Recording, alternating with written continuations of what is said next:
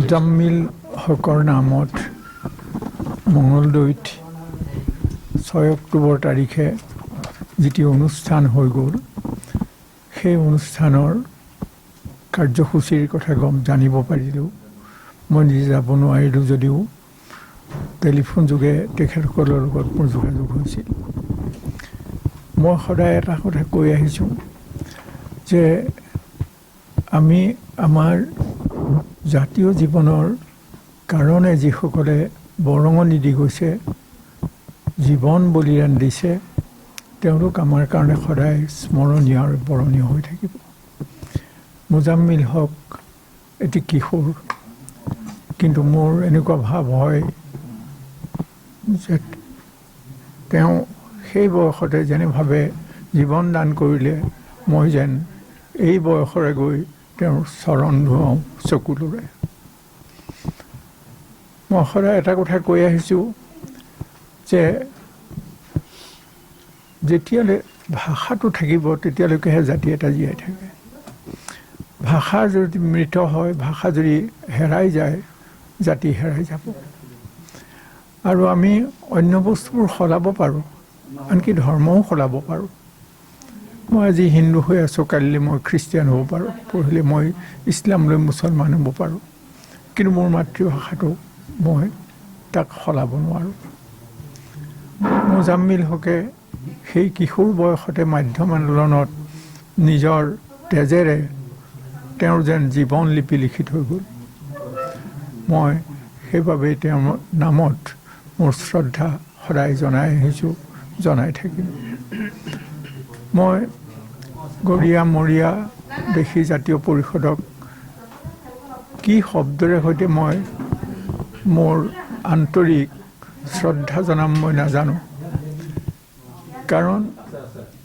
অসমত বা বিশ্বত বিভিন্ন প্ৰকাৰৰ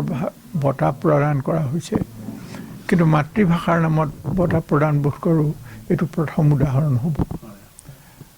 আৰু সেই মাতৃভাষাৰ নামত প্ৰদান কৰা এই বঁটাটো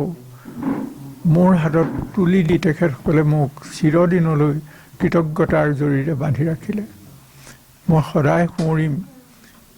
যে মই যিটো কথাৰ বিষয়ৰ ওপৰত সদায় গুৰুত্ব দি আহিছোঁ সেই গুৰুত্ব দি অহা বিষয়টোৰ নামতে তেখেতসকলে মোক এই প্ৰথম বঁটাটো প্ৰদান কৰি মোক সঁচাকৈ কৃতাৰ্থ কৰিলে মই জানো যে আমি সাংসাৰিক জীৱনত যিমানবিলাকেই সম্পদ পাওঁ সেই সম্পদবিলাক সদায় ক্ষণস্থায়ী হয় কিন্তু আমি যদি সঁচাকৈয়ে আমাৰ হৃদয়ৰ বাৰ্তাৰ সৈতে কোনোবাই কিবা এটি প্ৰদান কৰে সি চিৰকলীয়া হয় আৰু সি মোৰ মনত নাথাকিলেও আন কাৰোবাৰ মনৰ মাজত সি বাহ পাতি বহি থাকিব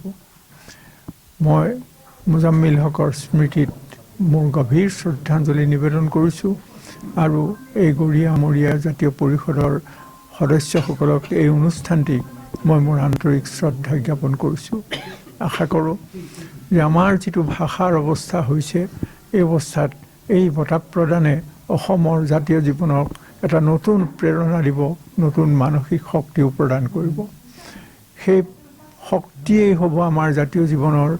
ধৰণীস্বৰূপ আমাৰ জাতিক জীয়াই ৰখাৰ কাৰণে প্ৰেৰণাদায়ক এটি মহামন্ত্ৰস্বৰূপ মই সঁচাকৈয়ে অভিভূত আপোনাসকলে নিজে আহি ইয়াত ইমানখিনি কৰিলেহি মোৰ এই মুহূৰ্তত মই কথা ক'ব নোৱাৰা নিচিনা হৈছোঁ কাৰণ মই বহুতো বঁটা লাভ কৰিছোঁ কিন্তু মাতৃভাষাৰ নামত এই প্ৰথম বঁটা লাভ কৰিলোঁ যদি মুখৰ মাত হেৰুৱাওঁ পেটৰ ভাতে মই জীয়াই নাৰাখে সেইবাবে আমি আমাৰ এই ভাষাটো ৰক্ষাৰ কাৰণে এতিয়া আকৌ আমি যুঁজ দিবৰ কাৰণে কঁকালত টঙালি বান্ধি এটাবিলাক ওলাব লাগিব তেহে আমাৰ ভাষা ৰ'ব তেহে আমাৰ জাতি ৰ'ব আমি আধুনিক জীৱনৰ লগতো জড়িত হৈ থাকিব আমি আধুনিক জীৱনৰ সকলো সম্পদেই ল'ম কিন্তু আমাৰ পৰিচয় যাতে হেৰাই নাযায় তাৰ প্ৰতি আমাৰ প্ৰতিটো মুহূৰ্তত প্ৰতিটো ক্ষেত্ৰত আমি সদায় সতৰ্ক আৰু সজাগ হৈ থাকিব লাগিব মই আশা কৰোঁ যে আমাৰ জাতীয় জীৱনত গৰীয়া মৰীয়া দেখি জাতীয় পৰিষদে যি কাম কৰিছে এই কাম অসমত প্ৰথমবাৰ কাৰণে কৰিছে মই তেখেতসকলক মোৰ আন্তৰিক সশ্ৰদ্ধ প্ৰণাম জনাইছোঁ যিগৰাকী ব্যক্তিৰ নামত আজি অসমত এটা নতুন ধৰণৰ বাতাবৰণ সৃষ্টি হ'ল তেখেতৰ মৃত্যুৰ পিছতো সুধাকণ্ঠ জাতীয় জীৱনৰ অন্যতম পৰিচায়ক ব্যক্তি ভূপেন হাজৰিকা এই ভূপেন হাজৰিকাকো মই বৰ ওচৰৰ পৰা পাইছিলোঁ আপোনালোকৰ অনেকেই পাইছে ময়ো পাইছিলোঁ তেওঁ মই এখন জীৱনীও লিখিছিলোঁ মই ভাবোঁ যে একেবাৰে আধুনিক অসমত তেওঁ নিজৰ প্ৰতিভাৰে সৈতে আমাক বহু ক্ষেত্ৰত অনেক বাট দেখুৱাই থৈ গৈছে আৰু তেওঁ এষাৰ কথা বেজবৰুৱাৰ আমি অসমীয়া নহওঁ দুখীয়া কিহৰ দুখীয়া হ'ম সেইটোত তেওঁ কৈছে আমি তাৰ ঠিক প্ৰতিধ্বনি স্বৰূপে আন এটা গীত তেওঁ লিখি থৈ গৈছে যে আমি দুখীয়া নহয় এইটো কিন্তু বেজবৰুৱাই অন্য এটা অৰ্থত কৈছিলে বেজবৰুৱাই কৈছে আমাৰ ইমানবোৰ পুৰণি বস্তু আছে